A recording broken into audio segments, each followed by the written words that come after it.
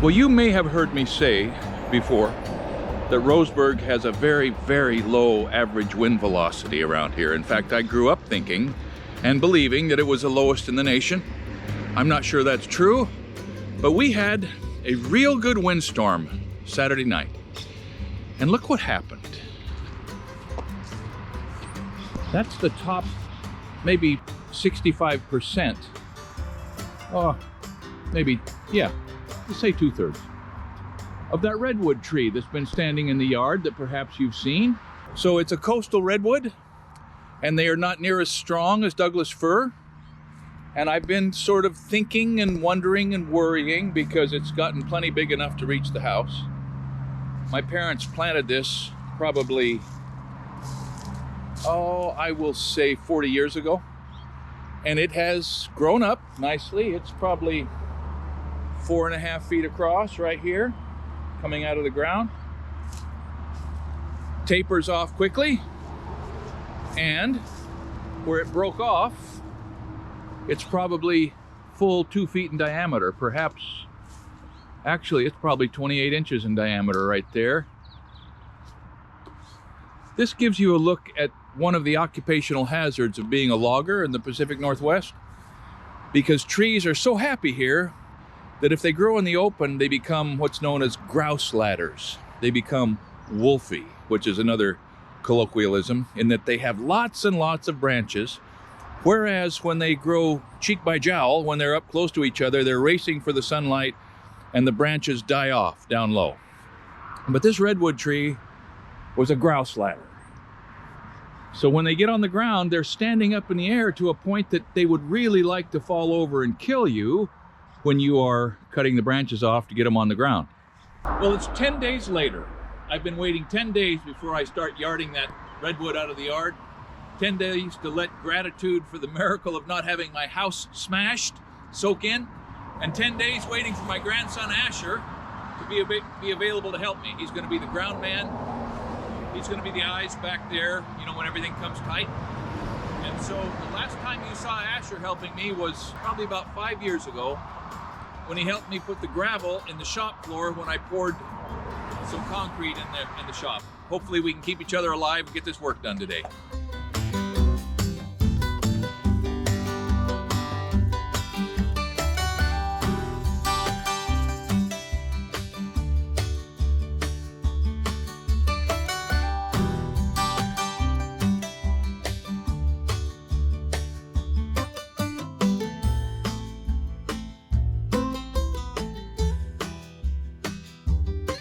So this tree had forked 3 times.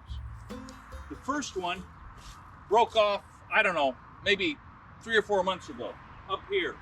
And the tree had begun to heal itself. And then another one broke off in the windstorm 2 weekends ago and then blew off the whole thing.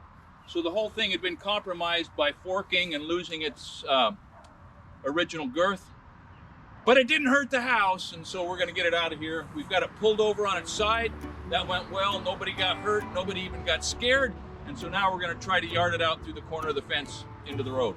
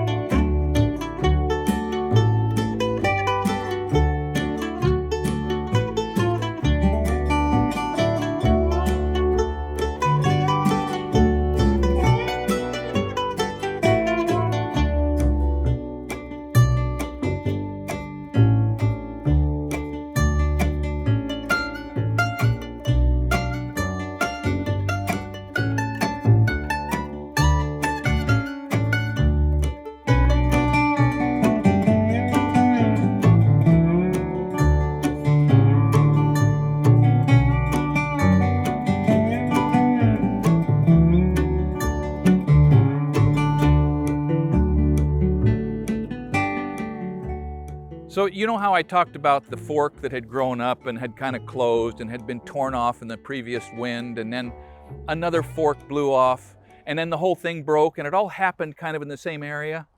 That was a big part of the reason that that tree could break off where it was, 24, 26 inches in diameter. But the other reason is redwood is brash, that means brittle, and it was incredibly fast growing. Look how much that thing was growing. There's 11 years growth, and that is, that's a foot. That's an inch a year. That is growing so fast it was barely holding itself together just as it was shooting up. That's what happens when you plant a redwood tree in a well-watered yard. So anyhow, it broke, it came to the ground, nobody was hurt, it missed the house by 18 inches. The angle of the impact perfectly bisected a right angle in the corner of the porch in the house. Didn't even bruise a daffodil. And I want to go on record as saying I consider that a miracle in the Wadsworth family's lives. And I know that some of you are saying, well, that's not a miracle, it's just where the tree broke, it's the direction of the wind, it is just an understandable consequence of natural conditions.